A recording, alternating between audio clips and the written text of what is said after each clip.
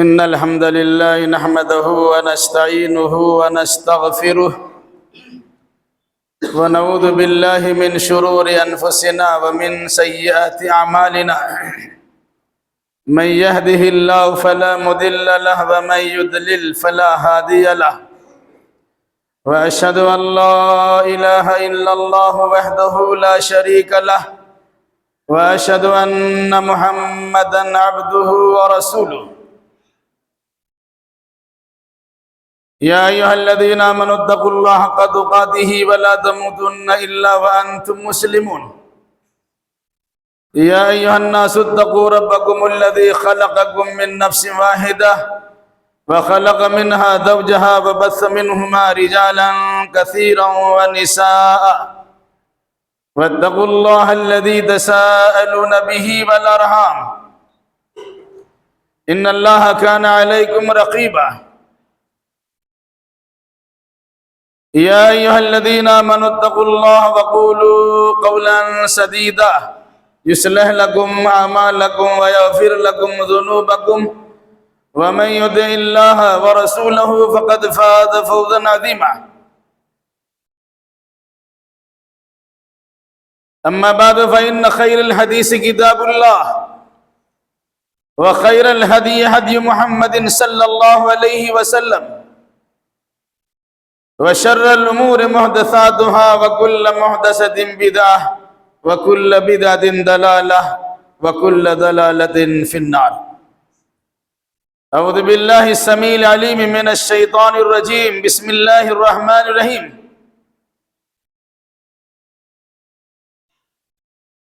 قال يا قوم لما تستعجلون بالسيئة قبل الحسنة لولا تستغفرون الله لعلكم ترحمون قالوا اطيرنا بك وبمن معك قال طائركم عند الله ولكنكم قوم تفتنون سبحانك لا علم لنا إلا ما علمتنا إنك أنت العليم الحكيم رب اشرح لي صدري ويسر لي أمري واحلل عقدة من لساني يفقهوا قولي رب زدني علما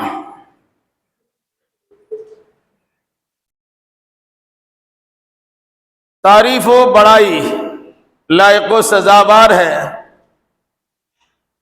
احکم الحاکمین رب العالمین اللہ ذو الجلال والاکرام کے لیے، اور درود و سلام پیش ہو تمام انبیاء کرام علیہم السلام پر، خصوصاً رحمت للعالمین شفیع المذنبین سید الاولین والآخرین محمد الرسول اللہ صلی اللہ علیہ وسلم پر۔ اللہم صلی علی محمد وعلی آل محمد کما صلیت علی ابراہیم وعلی آل ابراہیم انکا حمید مجید۔ اللہم بارک علی محمد وعلی آل محمد کما بارکت علی ابراہیم وعلی آل ابراہیم انکا حمید مجید۔ بزرگوں، نوجوان ساتھیوں، پردہ نشی ماں اور بہنوں،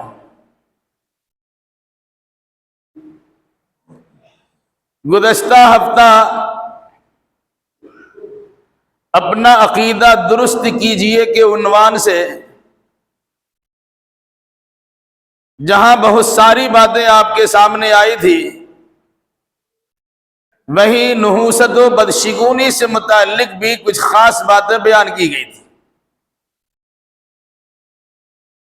انشاءاللہ الرحمن آج کی اس خطبہ میں بھی اسی نحوست و بدشگونی سے متعلق آیات قرآنی کی روشنی میں چند باتیں آپ کے سامنے رکھی جائیں گی۔ اللہ ہمیں صحیح کہنے، صحیح سننے، صحیح سمجھنے اور صحیح باتوں پر عمل کرنے کی توفیق مرحمت فرمائے، آمین۔ نحوست و بدشگونی کیا چیز ہے اور اس کی تاریخ کتنی پرانی ہے؟ کسی چیز کو منحوس سمجھنا اور کسی سے بدشگونی لینا یہ کب سے چل رہا ہے، اور ساتھ ساتھ نحوست و بدشگونی کا عقیدہ رکھنا یہ کیسے لوگوں کا عقیدہ و نظریہ ہے؟ اگر اچھے لوگوں کا عقیدہ نظریہ ہے تو ہمیں اسے اپنانا چاہیے، اور برے لوگوں کا عقیدہ نظریہ ہے تو ہمیں اس سے بچنا چاہیے۔ آگے بڑھ جاؤ، اے بچہ باہر جاؤ۔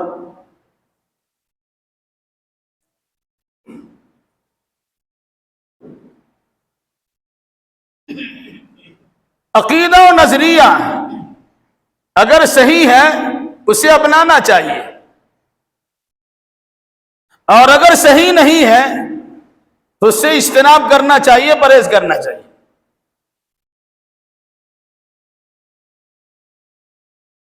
بدشگونی کی تاریخ یا کسی چیز میں نحوست ماننے کی بات بہت پرانی ہے، اور یہ در حقیقت انبیاء و مرسلین کے مخالفین کا عقیدہ و نظریہ ہے۔ جب انبیاء و مرسلین کے مخالفین کا نظریہ ہے تو انبیاء و رسول کے ماننے والوں کو ایسے عقیدہ و نظریہ سے دور رہنا چاہیے۔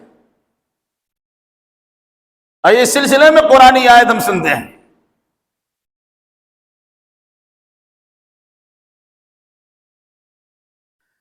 حضرت صالح علیہ السلام کا تذکرہ ہے، آپ جانتے ہیں حضرت صالح علیہ السلام ابراہیم علیہ السلام سے بھی پہلے آئے، نوح علیہ السلام کے بعد اور ابراہیم علیہ السلام سے پہلے حضرت صالح کا زمانہ ہے اور حضرت ہود کا زمانہ ہے۔ اس صالح علیہ السلام نے اپنے قوم کے لوگوں سے کہا تھا، یا قوم لما تستعجلون بالسیئۃ قبل الحسنہ لولا تستغفرون اللہ لعلکم ترحمون۔ اے میری قوم کے لوگوں، تم برائی سے متعلق جلد بازی کیوں مچاتے ہو؟ اچھائی کے لیے کوشش کرنی چاہیے، اور برائی سے متعلق تمہیں کنارہ کشی اختیار کرنا چاہیے۔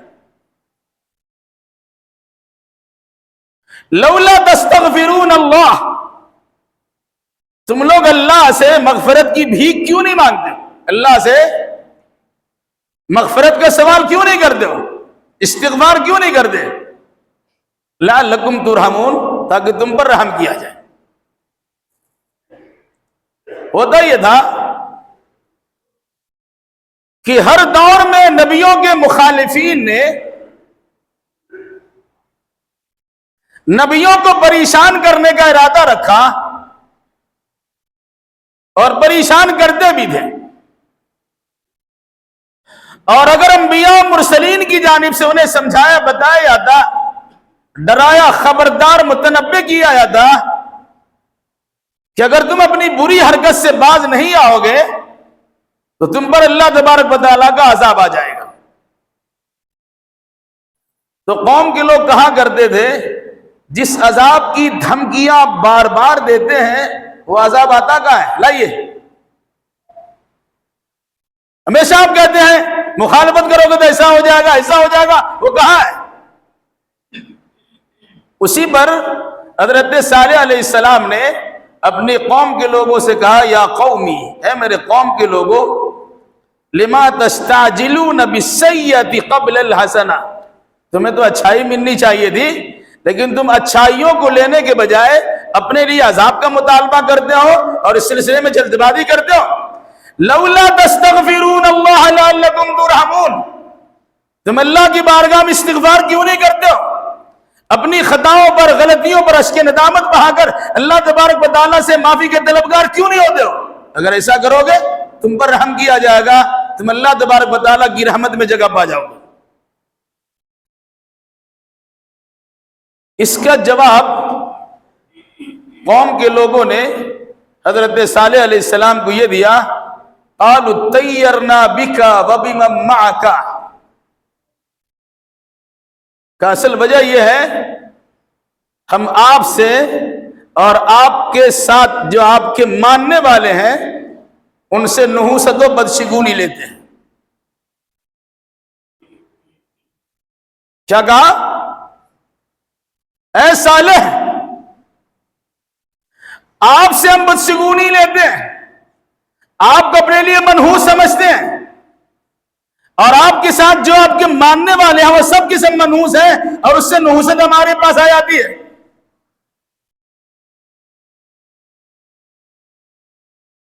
اس وقت میں حضرت صالح علیہ السلام نے کیا جواب دیا؟ اس جواب کو یاد رکھیے۔ قال طائرکم عند اللہ، تمہاری ساری بدشگونی، ساری نحوست کا برا انجام تمہارے رب کے پاس ہے۔ یہ میری ذات سے تمہیں تکلیف نہیں پہنچتی ہے، بلکہ اللہ تبارک و تعالیٰ نے تمہارے کرتوت بد کے نتیجے میں اپنا عذاب نازل کرنے کا فیصلہ کیا۔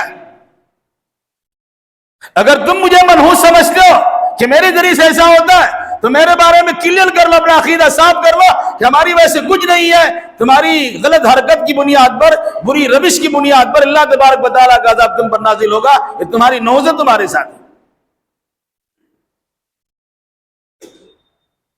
بل انتم قوم تفتنون، کہا تم ایسے لوگ ہو جو کسی فتنے میں مبتلا کر دیے گئے۔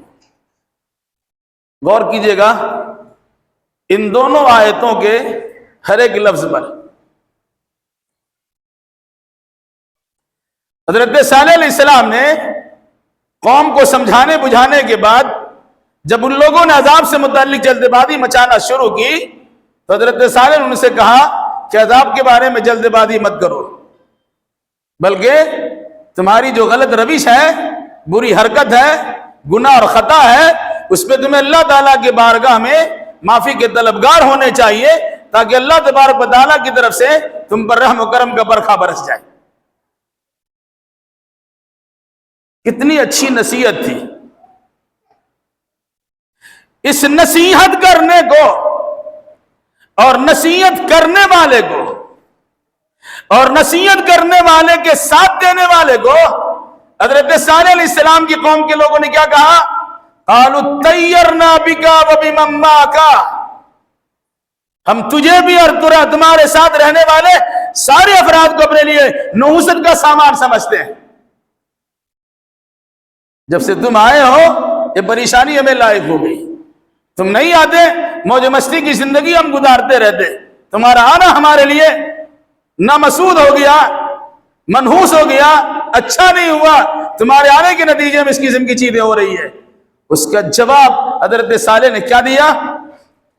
قال طائرکم عند اللہ، میرا آنا اور جانا کچھ نہیں ہے، بلکہ تمہاری نحوست تو اللہ کے پاس ہے، تمہاری بری تقدیر تو اللہ کے پاس ہے، تمہارے ساتھ ہونے والے عذاب کا نزول تو اللہ کے پاس ہے۔ اللہ تبارک و تعالیٰ چاہے گا تو عذاب نازل کر دے گا، دنیا کی کوئی طاقت تمہیں بچا بھی نہیں سکتی۔ یاد رکھو، قال طائرکم عند اللہ۔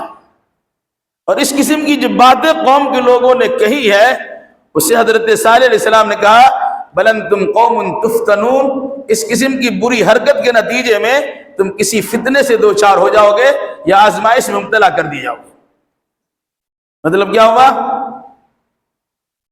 اچھے انسان کو اپنے لیے منحوس سمجھنا یہ کفار و مشرکین کا عقیدہ اور نظریہ ہے،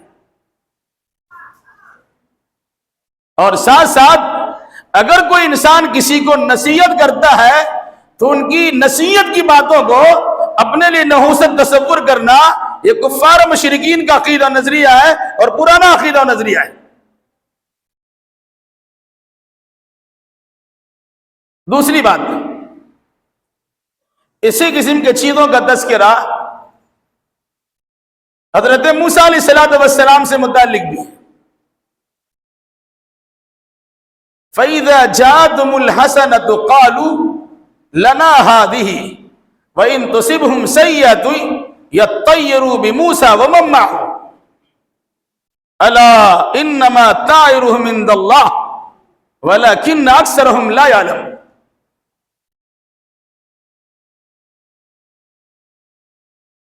جب انہیں کچھ اچھائیاں پہنچتی تھی، کاروبار برکت ہو جایا کرتی تھی، تجارت ان کی نفع بخش ثابت ہوتی تھی، یہ اللہ تبارک و تعالیٰ کی جانب سے رحمتوں کا برکھا برستا تھا، کچھ ملنے کی امید ہوتی تھی، تو کیا کہتے؟ لنا ہادہ، یہ تو ہمارے لیے۔ وَإِن تُصِبْهُمْ سَيِّئَةٌ يَطَّيَّرُوا بِمُوسَىٰ وَمَن مَّعَهُ، اور اگر انہیں کسی قسم کی تکلیف پہنچ جاتی تھی، عذاب الہی سے دوچار ہو جایا کرتے تھے، مصیبتوں میں گرفتار ہو جایا کرتے تھے، تو کہا ساری نحوست تو موسیٰ اور اس کے ماننے والوں کی ہے، انہی کی وجہ سے ساری پریشانی۔ اس پر موسیٰ علیہ السلام کہا کرتے تھے الا انما طائرهم عند اللہ ولکن اکثرهم لا يعلمون، ارے ان کی نحوست تو اللہ کے پاس ہے، یقیناً ان کی نحوست تو اللہ کے پاس ہے، لیکن ان میں سے اکثر و بیشتر لوگ جانتے ہی نہیں۔ کس بات کو کہا گیا؟ نبیوں کی بات ماننے کے نتیجے میں اللہ کی جانب سے رحمتوں کا برکھا برستا ہے، امن و سکون میسر ہوتا ہے، فارغ البالی بھی آتی ہے، خوشحالی بھی آتی ہے، اطمینان و سکون ملتا ہے۔ اور جو انسان نبیوں کی مخالفت کرتا ہے تو مخالفت کرنے کے نتیجے میں اللہ کی ناراضگی کا سامنا کرنا پڑتا ہے، پھر عذاب الہی کا نزول ہوتا ہے، معیشت تنگ کر دی جاتی ہے، جینا دوبھر کر دیا جاتا ہے، عذاب سے دوچار ہونا پڑتا ہے، مشکلات میں گرفتار ہونا پڑتا ہے۔ جب ایسے حالات پیدا ہو جائیں تو آدمی کو اپنا گریبان جھانکنا چاہیے اور اپنے بارے فیصلہ کرنا چاہیے، لیکن جو انسان حساس نہیں ہوتا اور محتاط نہیں ہوتا، وہ اپنے بارے میں سوچنے کے بجائے وہ دوسروں سے متعلق عقیدہ و نظریہ گھڑنا شروع کرتا ہے۔ جب سے اس آدمی کا چہرہ دیکھا ہے، جب سے اس سے ہماری گفتگو ہوئی ہے، جب سے ہمارے علاقے میں آ گئے، ہم تو تباہ برباد ہوئے۔ موسیٰ علیہ السلام کی قوم کے لوگوں نے یہی کہنا شروع کیا تھا، قالوا طیرنا بک وبمن معک،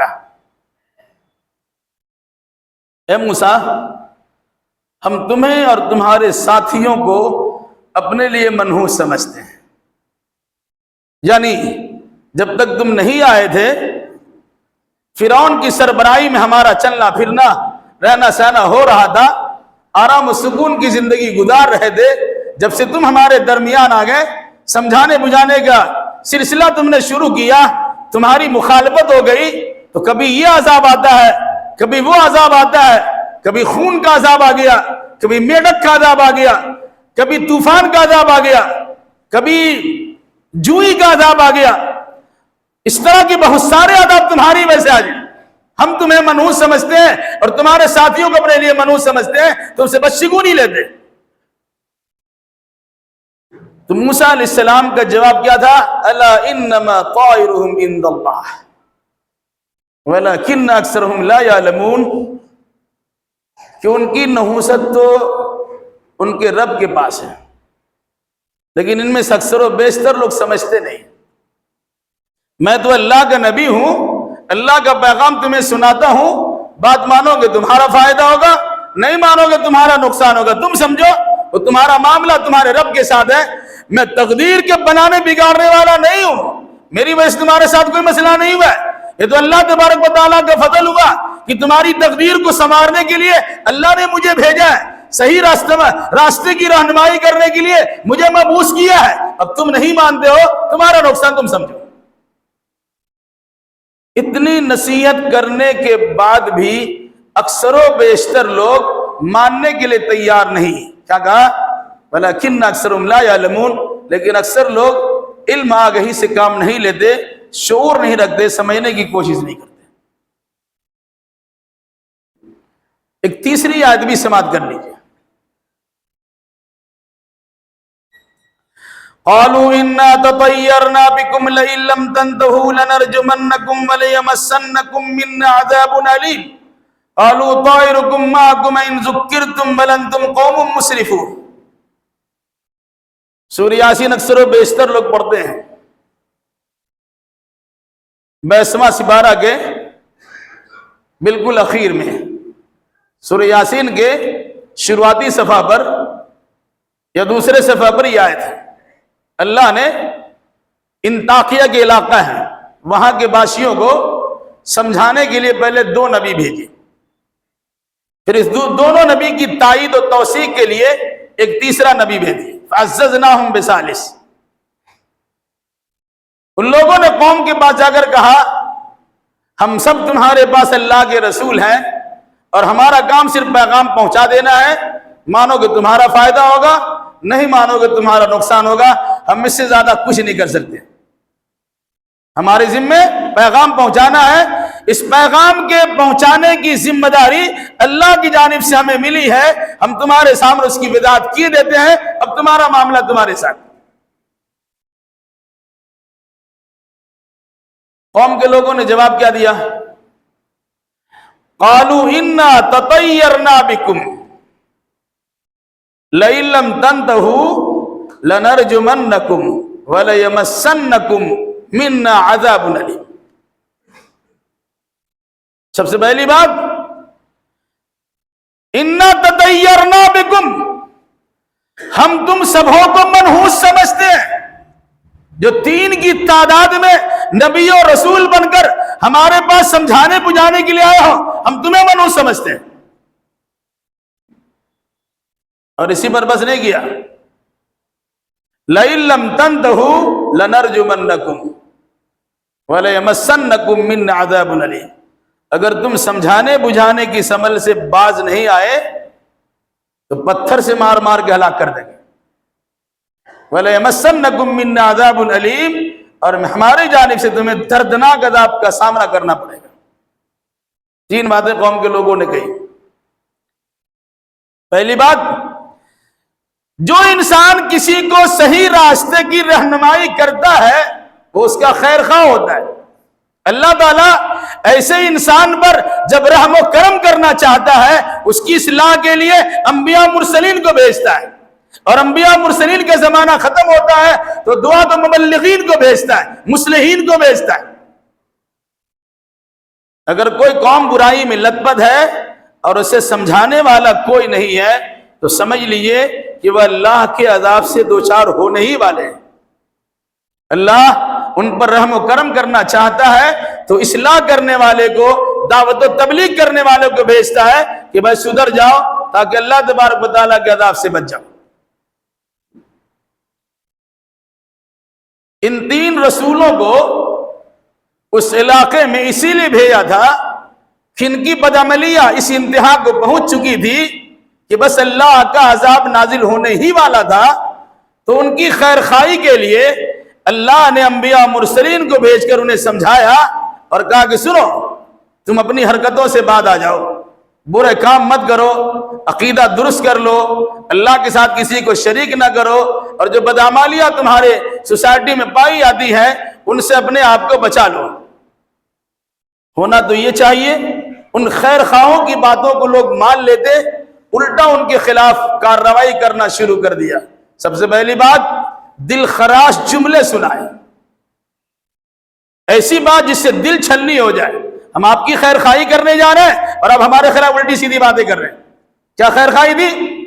سدھر جاؤ، ٹھیک ہو جاؤ۔ کیا کہا؟ انا تطیرنا بکم، تم ہمیں سدھارنے چلو، ہم تمہیں کو تو منحوس سمجھتے ہیں، اب تمہاری نحوست کا عالم یہ ہوگا تم آگے تو اللہ کے عذاب سے بچ بھی نہیں سکتے۔ تو میرا کہنا یہ ہے، یا ہمارا کہنا یہ ہے، لئن لم تنتہوا لنرجمنکم، اگر سمجھانے بجھانے کی رویے سے باز نہیں آئے، دعوت و تبلیغ کرنے سے کنارہ کشی تم نے اختیار نہیں کیا تو کیا ہوگا؟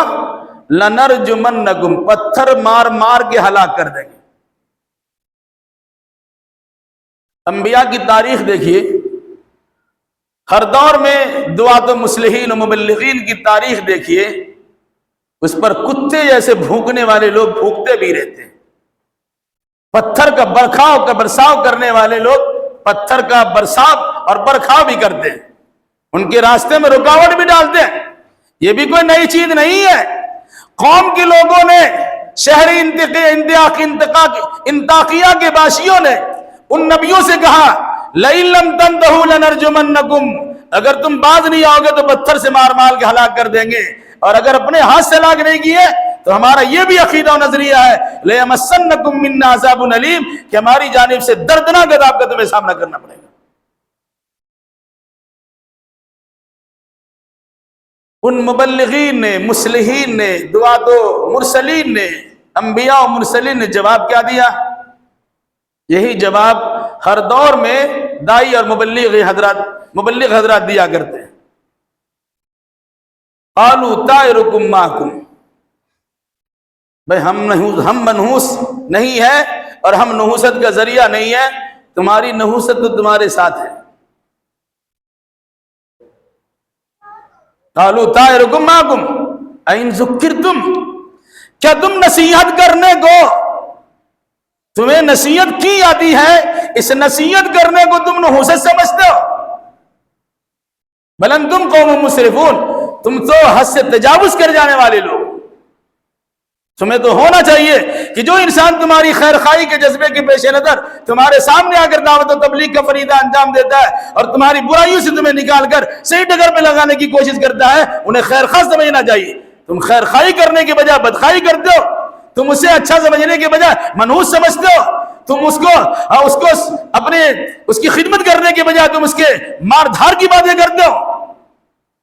یہ طریقہ تمہارا صحیح نہیں۔ کیا نظریہ ملا؟ کہ ہر دور میں اچھے انسان کو لوگوں نے برا ہی سمجھا ہے۔ اگر کوئی انسان موج مستی کی زندگی گزار رہا ہے، بے راہ روی کا شکار ہے، اللہ کو فراموش کر بیٹھا ہے، کتاب اللہ کو بھلا دیا ہے، احکام شریعت کو بالائے طاق رکھ دیا ہے، قرآن و حدیث کی تعلیمات کو پیٹھ پیچھے ڈال دیا ہے، تو ایسے لوگوں کی اصلاح کرنے کے لیے اگر کوئی انسان آتا ہے تو اصلاح کرنے والوں کی بات ماننے کے بجائے اکثر و بیشتر لوگ اسے اپنے لیے غلط سمجھتے ہیں۔ چور کے سامنے چوری کی بات بیان کیجیے گا، چوری کرنے والا آپ کے خلاف پلان بنائے گا۔ حرام خوروں کے سامنے حرام خوری کی مذمت بیان کیجیے گا، وہ آپ کے پیچھے مختلف قسم کے سودے چھوڑنے شروع کریں گے یا ریشہ دوانیاں کرنا شروع کر دیں گے۔ تو مبلغین ہو یا مصلحین ہو، وہ انبیاء کرام علیہ السلام کے نقش قدم پر چلتے ہیں، وہ وہی بات بیان کرتے ہیں جنہیں اللہ اس کے رسول نے ان کے سامنے رکھا ہوتا ہے، اور اسی کی روشنی میں قوم کی اصلاح کرنا چاہتے ہیں۔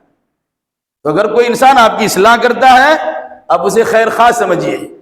اگر خیر خواہ نہیں سمجھتے ہیں اور اسی کو بدخواہ سمجھتے ہیں، اسی کو منحوس سمجھتے ہیں، اسی سے نحوست لیتے ہیں، اسی سے بدشگونی کا کام کرتے ہیں، تو یاد رکھیے گا پھر آپ کی تباہی و بربادی کے وقت آنے میں کوئی ٹائم نہیں لگے گا، بہت جلد تباہ و برباد ہو جائے گی۔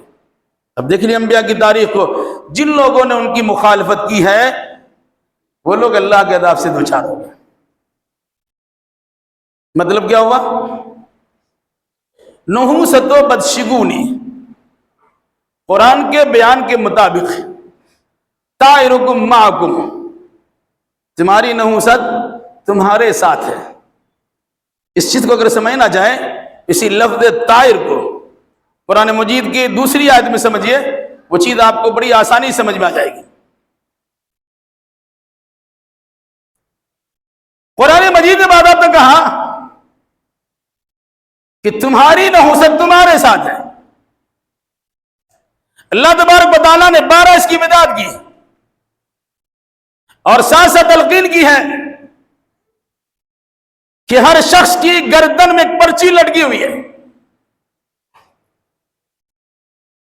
طائرہ فی عنقہ ونخرج لہ یوم القیامۃ کتابا یلقاہ منشورا۔ ہم نے ہر انسان کی گردن میں اس کے لیے ایک پرچی لٹکا دی ہے، اور پھر اس کے بعد اسی کو ہم کتابی شکل میں میدان محشر میں پیش کریں گے، جو کتاب باضابطہ کھلی ہوئی ہوگی۔ نخرج لہ یوم القیامۃ کتابا یلقاہ منشورا، کتابی شکل میں قیامت کے دن اسے ہم ظاہر کریں گے جو کتاب کھلی ہوئی ہوگی۔ اور در حقیقت نام اعمال ہیں. کہا تھا نا کوئی انسان کسی کے خلاف ہذیان بکتا ہے، اسے برا بھلا کہتا ہے، تو سنجیدہ مزاج سے یہ کہتا ہے گریبان جھانکو، اپنا جائزہ لو. دوسروں کی جانب انگشت نمائی کرنے کے بجائے تین تین آدمی تمہارے خلاف انگلی کرنے کے لیے تیار ہے. تم دوسروں کو ایسا کہتے ہو اور تین تمہارے طرف انگلیاں لگی ہوئی ہیں. تم ایک آدمی کسی کو برا کہتے ہو، اس سے کہیں زیادہ آدمی تمہیں برا کہتے ہیں. اس مناسبت سے ذرا اپنے آپ کو سمجھو. کہا کہ وہ جو پرچی تمہاری گردن میں لٹک رہی ہے وہ تمہارے سوا اس کو کوئی دیکھ نہیں سکتا. جب بظاہر وہ پرچی تمہیں نظر بھی نہ آئے لیکن تمہیں حکم دیا جاتا ہے گریبان جھانکو، اس پرچی پہ نگاہ دوڑاؤ. صبح سے لے کے شام تک اور شام سے لے کے صبح تک کیے جانے والے حرکات و سکنات کا جائزہ لو. تم نے کون سا اچھا کام کیا ہے اور تم نے کون سی بدعمالیوں سے اپنے نام اعمال کو سیاہ کر کے رکھا ہے، اس کا جائزہ تم خود لے سکتے ہو. تمہارے بارے میں کسی دوسرے کو جائزہ لینے کا حق نہیں ہے، اور وہ بھی جائزہ لے گا تو صحیح نہیں ہوگا، وہ غلطی فیصلہ لے سکتا ہے. لیکن تم اپنے بارے میں صحیح فیصلہ لے سکتے ہو. تو اپنے گردن کو جھانکو، گریبان جھانکو اور دیکھو جو پرچی تمہارے پاس لٹک رہی ہے اس میں کیا کیا تم نے لکھا ہے، کیا کیا لکھوایا ہے. ابھی کہتے ہیں نا دائیں طرف اور بائیں طرف اللہ کے دو فرشتے اذ يتلقى المتلقيان عن اليمين وعن الشمال قعيد ما يلفظ من قول الا لديه رقيب عتيد. دائیں بائیں دو فرشتے لگے ہوئے ہیں، تیار بیٹھے ہوئے ہیں. رات کے اندھیرا میں ہو یا دن کے اجالا میں ہو، تنہائی میں ہو یا مجمع عام میں ہو، کوئی اچھا برا عمل، کوئی اچھی بری بات ہماری زبان سے نکلتی ہے، ہمارے حرکات و سکنات کا ظہور جسم کے اعضاء و جوارح سے ہوتے ہیں، وہ ساری باتیں نوٹ کی جاتی ہیں، اسے لکھا بھی جاتا ہے اور اسے اس کی آڈیو اور ویڈیو دونوں تیار کی جاتی ہے. کیا فرمایا؟ ما یلفظ من قول الا لدیہ رقیب عتید. کوئی بات آپ کی زبان سے نہیں نکلتی ہے لیکن وہاں لکھنے والا تیار بیٹھا ہوا ہے جو فوراً لکھ لیتے ہیں. کہاں لکھتے ہیں؟ وہ کتاب تو نظر نہیں آتی ہے. وہی کتاب سے متعلق آپ سے کہا گیا گردن جھکاؤ اور دیکھو، گریبان جھانکو اور فیصلہ کرو. پھر اسی کو قیامت کے دن لا کے دیا جائے گا اقرا کتابک کفی بنفسک اليوم علیک حسیبا. جس کتاب کا تذکرہ تمہارے سامنے بارہا کیا گیا، زندگی میں اس کتاب کو دیکھنے اور اس میں جھانکنے کا حکم دیا گیا.